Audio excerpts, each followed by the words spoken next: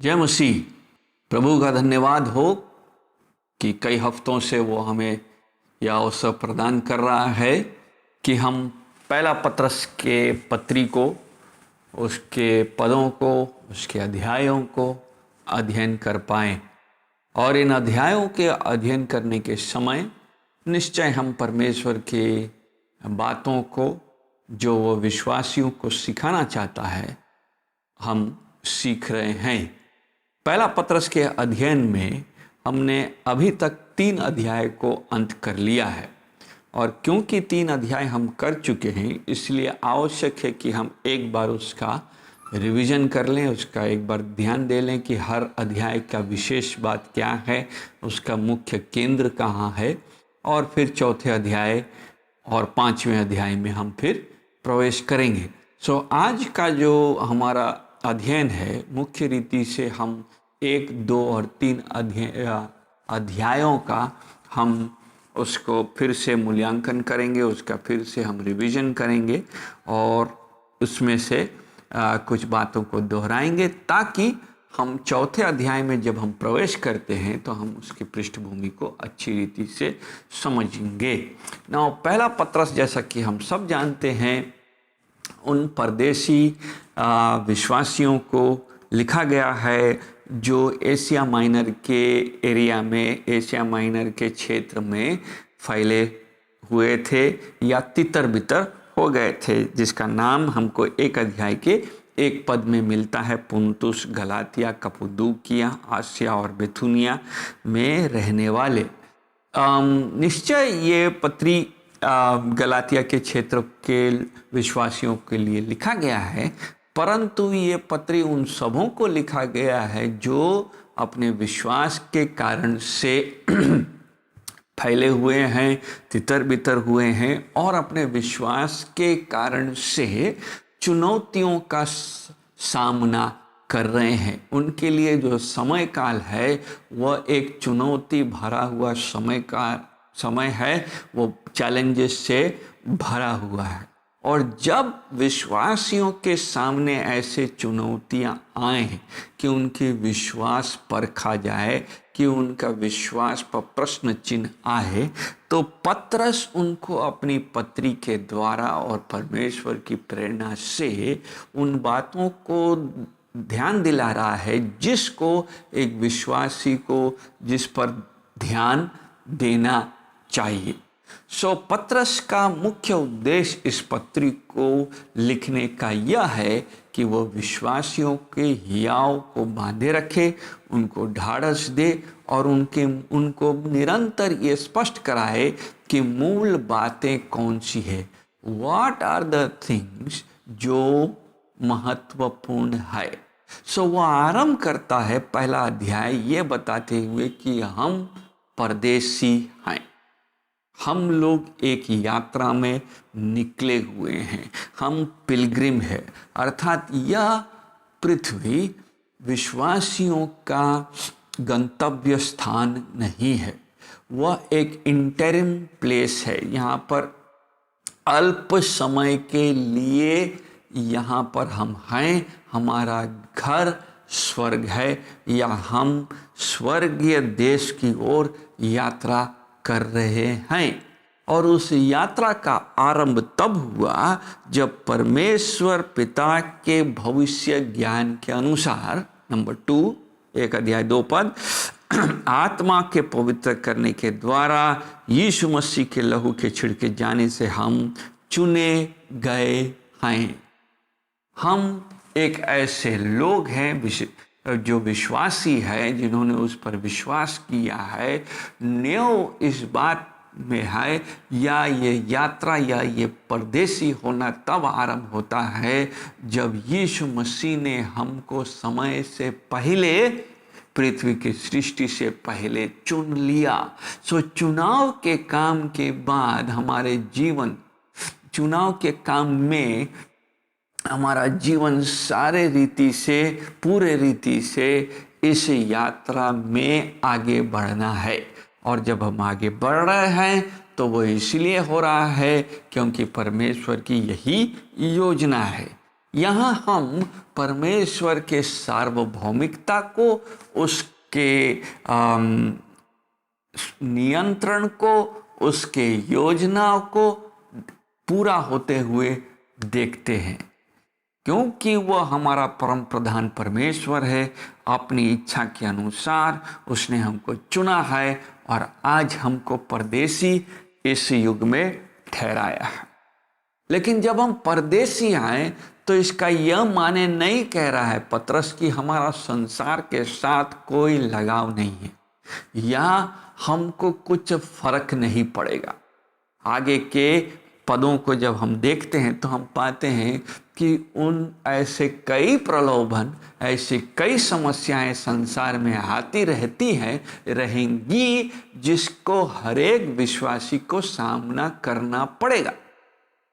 लेकिन इस सामना करने से पहले न्यों सही जगह डला रहना चाहिए, या हमारा आत्मिक घर, आगे दूसरे अध्याय में जिसके बारे में चर्चा होता है, वह सही स्थान पर सही कोने के सिरे के साथ बना हुआ होना चाहिए। जब हम 3 पद, एक अध्याय के 3 पद से आगे देखते हैं तो वहाँ उस चुनाव का व्याख्या होता है। 3 पद से 12 पद तक वहाँ पर उस चुनाव का व्याख्या होता है कि हम कैसे चुने गए हैं और किस लिए चुने गए हैं। हमको चुने जाने में परमेश्वर ने अपने बड़ी अनुग्रह में अपने एकलौता पुत्र के देने के द्वारा हमको जीवित आशा दिया है, और यह जीवित आशा उसके मारे जाने, गाड़े जाने और पुनरुत्थान के कारण से है। आशा जीवित इसलिए है क्योंकि यीशु मसीह जीवित है, क्योंकि यीशु मसीह पुनरुत्थित है तो आशा पुनरुत्थित है, और क्योंकि आशा पुनरुत्थित है तो हमारा भी पुनरुत्थान होना आवश्यक है। हम केवल एक आशा नहीं रखते कि हम पुनरुत्थित होंगे, परंतु हमारा एक निश्चयता है, और ये निश्चयता हमारा पुनरुत्थान का इस बात पर जुड़ा हुआ है क्योंकि यीशु मसीह इतिहास में पुनरुत्थित हो चुका है, और आज पिता की दाहिनी ओर बैठ करके विराजमान है, हमारा न्याय करता है और हमारा निवेदनों को सुनता है। ये पुनरुत्थान जो यीशु मसीह के लिए हो चुका है, हमारे लिए एक जीवित आशा है कि न्याय के दिन में हम निश्चय ही पुनरुत्थित होंगे। और इस कारण से वो लिखा है कि हमारा जो चुनाव हुआ है, हमको जो मिरास मिला है, हमको जो इनहेरिटेंस, विरासत मिला है, यह नाशवान वस्तु का विरासत नहीं है। अधिकांश समय माता पिता होने के कारण से हम अपने बच्चों के लिए कुछ छोड़ करके जाना चाहते हैं, और हमारे पास देने के लिए वही वस्तुएं हैं जो भौतिक हैं, जो इस संसार की है, और वही हम उसके नाम में करके जाना चाहते हैं, चाहे ज़मीन हो, चाहे जायदाद हो, चाहे घर द्वार हो, चाहे कोई भी बहुमूल्य वस्तु हो। वो सांसारिक दृष्टिकोण से वही है जो इस संसार तक सीमित रहती है, परंतु यीशु मसीह जब हमको कुछ देता है तो वह सब समय अनंत काल के लिए देता है। और यही बहुत बड़ा डिफरेंस है जो एक विश्वासी और एक अविश्वासी के जीवन में अंतर लाता है, कि अविश्वासी के जीवन में वह सब कुछ है जो इस संसार में नष्ट हो जाएगा और ख़त्म हो जाएगा, परंतु माफ कीजिएगा, परंतु विश्वासी के पास उसको वो सब कुछ विरासत में मिलता है जो उस पार ले जाता है, जो उस पार रहता है, अर्थात अनंत काल तक। इस कारण से ये बहुत महत्वपूर्ण चीज है कि हम इस बात को समझें। आगे वो लिखता है कि यह मिरास कैसा है, यह मिरास अविनाशी, निर्मल और युगानी युग का है। और इस कारण से क्योंकि यह युगानी युग का है, तो हम 6 पद कहते हैं, हम मगन होते हैं। मगन होना, आनंदित होना इसीलिए है क्योंकि हमारे पास भौतिक वस्तुएं आ गई हैं नहीं, हमारे पास ऐसे मीरास हो गई है जिसको हम इस संसार में भोग करेंगे नहीं, बल्कि हम आनंदित और मगन इसलिए होते हैं क्योंकि हमको जो मीरास मिला है वह अनंत काल का मीरास है, वह अविनाशी है, वह समय के साथ खत्म नहीं होता।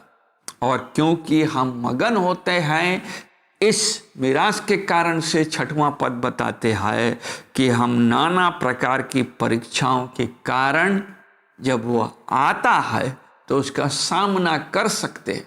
यस, बाइबल बताती है जब परीक्षाएं आती हैं, समस्याएं आती हैं, हम परखे जाते हैं, तो निश्चय इसमें कोई संदेह नहीं कि हम उदास होते हैं। मसीही जीवन जयवंत जीवन है, परंतु जयवंत जीवन का माने यह नहीं है कि हम दिखावा का मगन करें। हमारे आत्मिक बनावट में कोई भी हमारे जो इमोशंस हैं, भावनाएं हैं, उसमें कोई उतार चढ़ाव नहीं होगा, ऐसा नहीं है। बाइबल इस बात को संपूर्ण रीति से स्वीकार करती है कि मनुष्य होने के नाते हमारे भावनाओं में उतार चढ़ाव होगा, और पौलुस भी इस बात को ग्रहण करता है और मानता है कि हम परखे जाते हैं और कुछ समय के लिए परखे जाते हैं, और ये परखा जाना मानो आग से पार होना है, और इस परखे जाने में हम उदास होते हैं निश्चय। परंतु इस परखे जाने से पतरस कह रहा है कि हमारा जो विश्वास है वह स्थिर और मजबूत होता है कि प्रभु के आने के दिन में उससे प्रशंसा, 7वां पद, महिमा और आदर उत्पन्न होता है। यह परमेश्वर के लिए प्रशंसा और महिमा का कारण बनता है। परमेश्वर को उससे गर्व महसूस होता है, परमेश्वर को उससे महिमा मिलता है। इस कारण से इन दिनों का सामना कर सकते हैं। विश्वासी जब इस पृथ्वी पर जीवन व्यतीत करता है, कई बार ऐसे शिक्षाएं हमको दी जाती हैं कि क्योंकि हम इस संसार में हैं तो निश्चय हमारे ऊपर कोई समस्या नहीं आएगा। मसीही जीवन जयवंत जीवन है, इस कारण से हमको सब समय सफलता मिलेगा। यस, हमारा सफलता आत्मिक सफलता है, और हमारा सफलता परमेश्वर की ओर से, परमेश्वर के अनुसार है। परमेश्वर उसको परिभाषित करता है कि हमारा सफलता किस प्रकार से होगा। जरूरी नहीं है कि हम जिसको सफल समझ रहे हैं वही सफल होगा। कई बार हमारी सफलता के अनुसार सफलता नहीं मिलता, और ऐसे समय में हम निश्चय निराश और उदास होते हैं। इस कारण से मसीही जीवन में उदास होना उसके यात्रा का एक हिस्सा है। जब हम पवित्रकरण में जीवन आगे बढ़ाते हैं और कहते हैं कि हम पवित्रता में आगे बढ़ रहे हैं, यह असंभव है कि कोई व्यक्ति पवित्रता में आगे बढ़े और किसी भी परिस्थिति का जब वो सामना करे तो उसको वो चुनौती न लगे कि वो सब समय ही विजयी हो। ऐसा नहीं होगा। निश्चय मसीही जीवन में उतार है। अगर आनंद है तो उदासी भी है। वह कई बार अपने जीवन को देख करके विचलित होता है और सोचता है मैं कहाँ आ गया हूँ, क्या कर रहा हूँ। ये सवाल होना स्वाभाविक है, परंतु इन सवालों का उत्तर नींव में मिलता है, हमारे फाउंडेशन में मिलता है, और हमारा नींव प्रभु यीशु मसीह है। प्रभु यीशु मसीह ने हमको नींव दे दिया है, जिसके बारे में हम 6 से 9 पद में पढ़ते हैं कि यीशु मसीह ही है जो ये कार्य करता है। और 10 से 12-13 पद में हम देखते हैं इसी के बारे में लोगों ने हमारे विश्वास के मजबूत होने के लिए भविष्यवक्ताओं ने खोजबीन किया है। या यीशु मसीह का बलिदान केवल एक उद्धार मात्र बलिदान, उद्धार मात्र के लिए नहीं है। कई बार हम बलिदान को केवल उद्धार तक सीमित रखते हैं कि अच्छा, इनका बलिदान हमको इसलिए चाहिए क्योंकि हम स्वयं बलि नहीं हो सकते, क्योंकि हम स्वयं पापी हैं, इसलिए हमारा बलिदान का कोई काम नहीं है।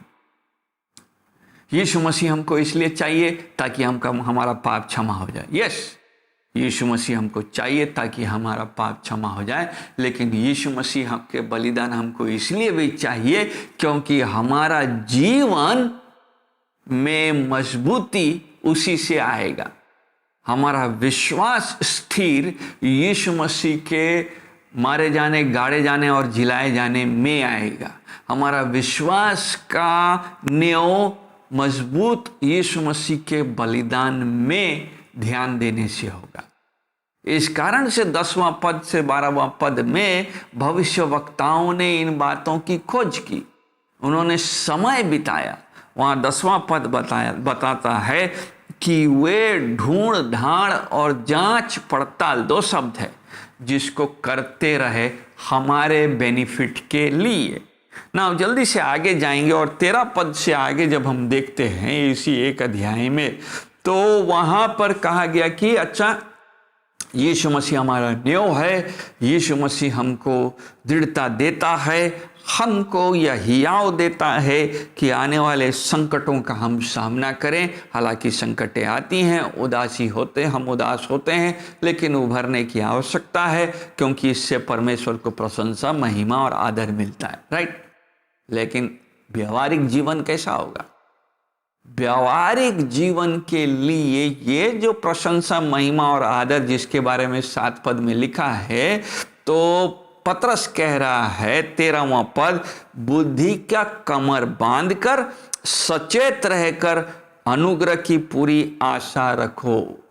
बहुत महत्वपूर्ण है कि हम अपने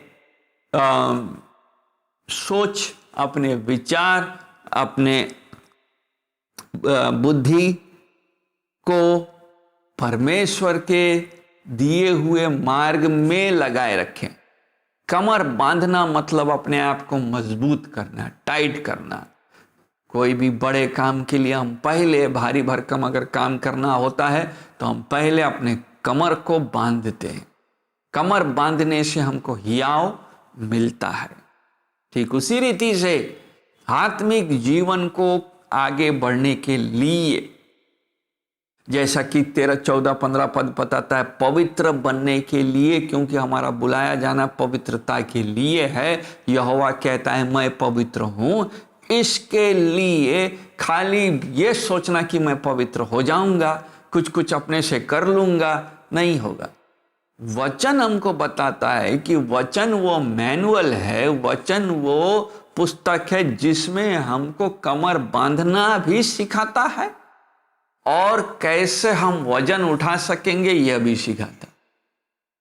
कमर बांधना खाली नहीं सिखाता कि हमको खाली आदेश नहीं देता है कि हम अपने बुद्धि को, अपने विचार को परमेश्वर के अनुसार उस दृष्टि में लगाए रखें और उसके अनुसार जीवन व्यतीत करें, बल्कि कैसे करेंगे, क्या डेफिनेटिव एक्शंस होना चाहिए वह भी देता है।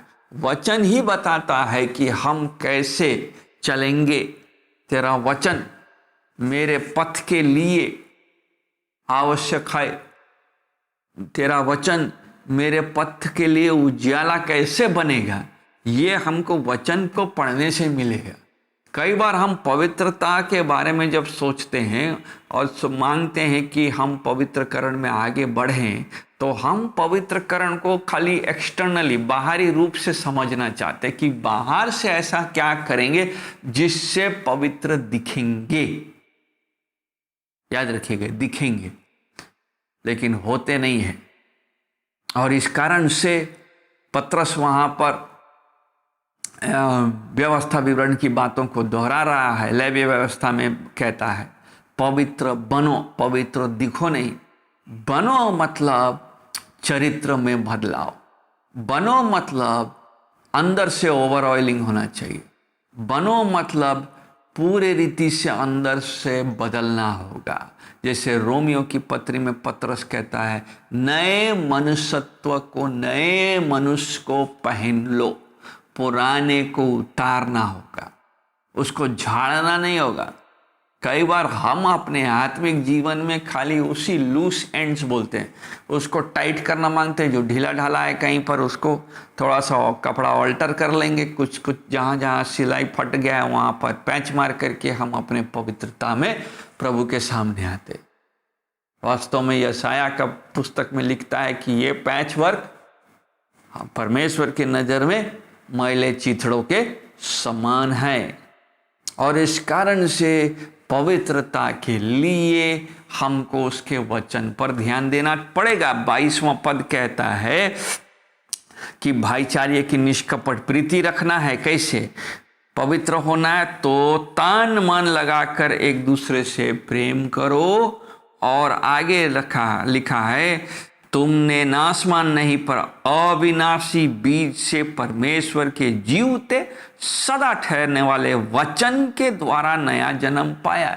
कई बार हमारा नया जन्म हमारे भावना में से जुड़ा हुआ है और यहीं पर समस्या है, क्योंकि हम भावना में बह करके मीटिंगों में हाथ उठाते हैं, ये तय करते हैं कि हम यीशु मसीह के पीछे चलेंगे। बाइबल बताती है केवल भावना नहीं, भावना वो आरंभ का स्थान जगह हो सकता है, लेकिन भावना से आगे बढ़ने की आवश्यकता होगी।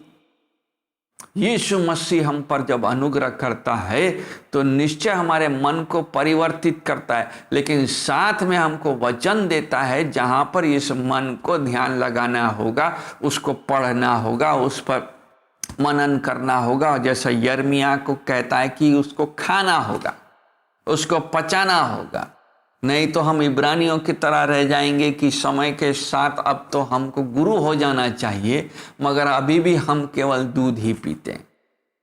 और कई बार हम विश्वासियों का यही हाल है कि हम दूध पीते ही रह जाते। पतरस कह रहा है, उनको समझाता है और सारी बातों का निचोड़ बताता है। परीक्षा है, हम चुने गए हैं, यीशु मसीह का बलिदान हो चुका है, इसलिए विश्वासियों का न्याय पक्का होना चाहिए। चुन गए हैं इसलिए हमको पवित्रता में आगे बढ़ना होगा, क्योंकि यहोवा स्वयं पवित्र है। पवित्रता को कैसे समझेंगे? परमेश्वर के वचन की ओर ध्यान लगाना होगा, क्योंकि वह जीवित वचन है, उसी के अनुसार चलना होगा। और उस यीशु मसीह के बलिदान को 2 अध्याय में वो फिर और अधिक अध्ययन करा रहा है, ध्यान दिला रहा है। क्या है ये बलिदान? यह बलिदान चुना हुआ होना विश्वासी का, अर्थात एक आत्मिक घर में शामिल होना। कैसा बनेगा उसका आत्मिक घर? उसके आत्मिक घर के लिए उसे यीशु मसीह चाहिए, और उस घर का कौन सा हिस्सा में यीशु मसीह होगा हमको बताता है। जब हम आरंभ के पदों को 1 से 8 पद पढ़ते हैं तो वो यीशु मसीह उस घर का कोने का कॉर्नर स्टोन, कोने का सिरा होना चाहिए। कॉर्नर स्टोन या कोने का सिरा वो पत्थर है जिससे हम अपने घर के चारों ओर के गुनिया को मिलाते हैं, उसके 90 डिग्रीज को बनाते हैं। अगर वो सीधा है तो पूरा घर सीधा होगा। अगर वो अपने जगह में सही 90 डिग्री पर है तो बाकी चारों एंगल, बाकी तीनों जो एंड हैं, पक्ष हैं, वो अपने जगह पे ठीक रहेंगे, अन्यथा भाग जाएगा, अन्यथा कंस्ट्रक्शन सही नहीं होगा, अन्यथा दीवार टेढ़ा उठेगा। क्यों? क्योंकि कोना हमने सीधा नहीं लिया। यदि यीशु मसीह हमारे आत्मिक घर का कोने का सिरा है, कॉर्नरस्टोन है, तो हमारा घर उस मजबूती के साथ खड़ा होगा। और उस खड़े होने में 9 पद बताता है कि हम एक चुना हुआ वंश बनते हैं।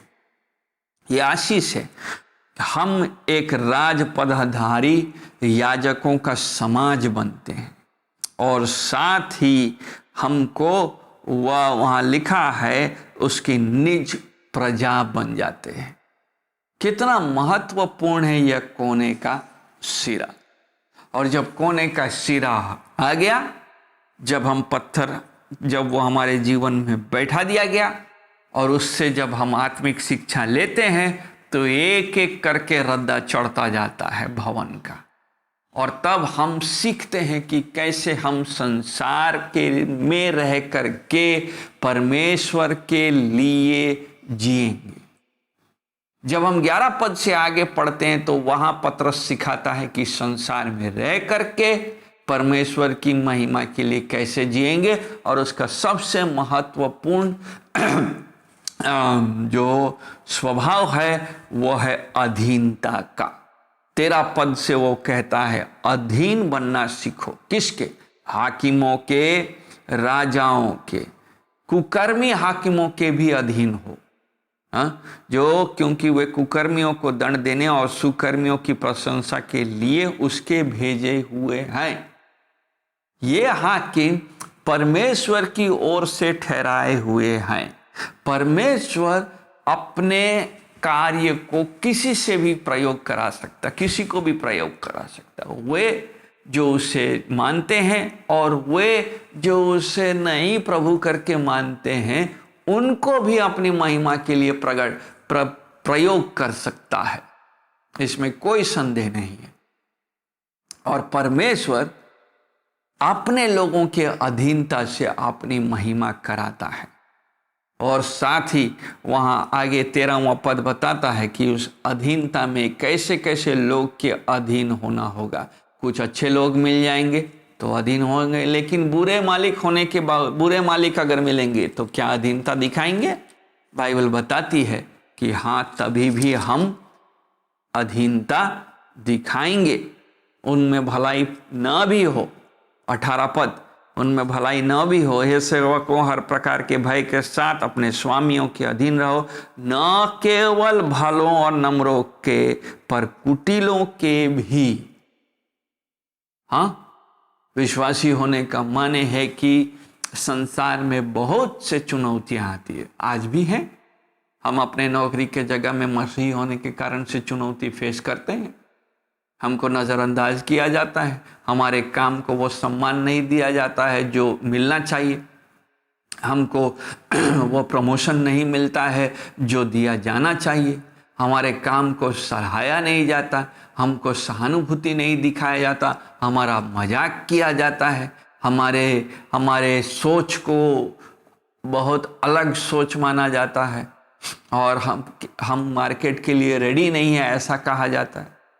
निश्चय विश्वासी होने के कारण से जब हम इन बातों को रोज के जीवन में प्रयोग करते हैं तो हम कठिनाइयों का सामना करते हैं, परंतु बाइबल बताती है अधीनता ही होना चाहिए।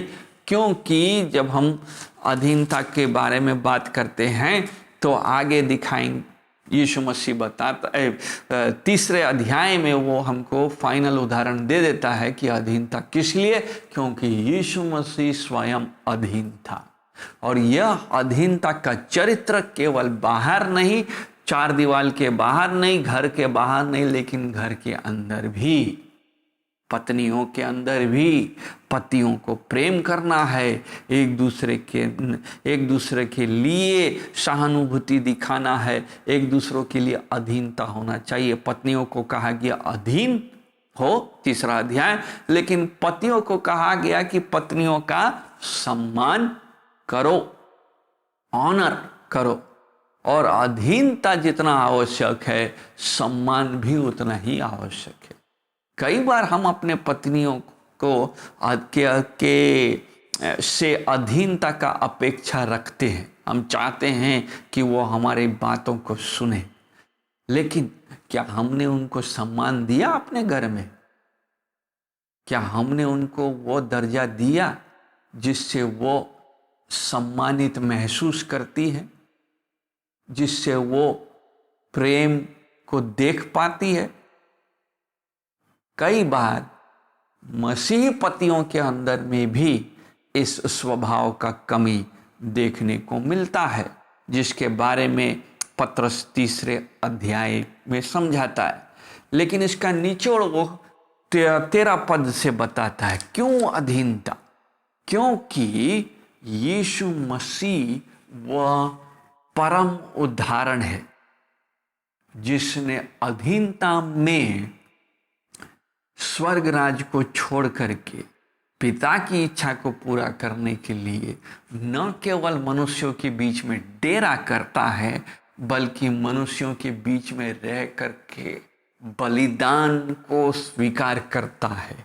अपने ऊपर में वो क्रूस की मृत्यु को स्वीकार करता है और क्रूस की मृत्यु में वो संपूर्ण रीति से अपने आप को अधीन करता है, मृत्यु को स्वीकार करता है, इतना तक कि वो हमारे दंड को अपने ऊपर लेता है और पिता के आज्ञा के अनुसार पुनरुत्थित होता है।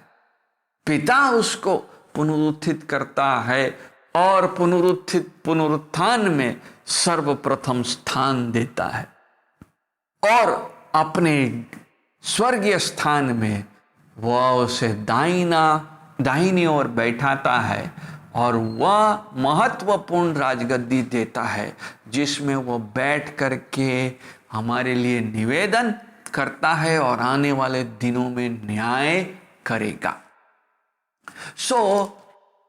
तीनों अध्याय एक ही बात को समझाता है कि विश्वासी का स्थिर होना, उसके पवित्रता में आगे बढ़ना, उसका परदेशी होने के बावजूद भी चलते रहना, उसके चुने हुए को समझने के पीछे यीशु मसीह है।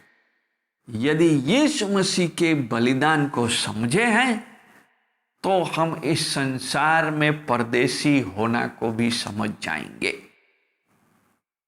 यदि यीशु मसीह के बलिदान को समझते हैं तो हम परीक्षाओं में उदास होने को भी समझ जाएंगे।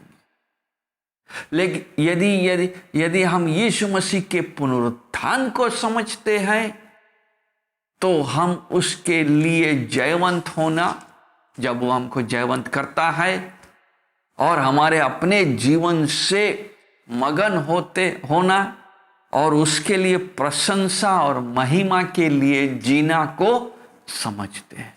यीशु मसीह ने ये सारा कुछ, सारी परीक्षाएं, सारे दुखों को, सारे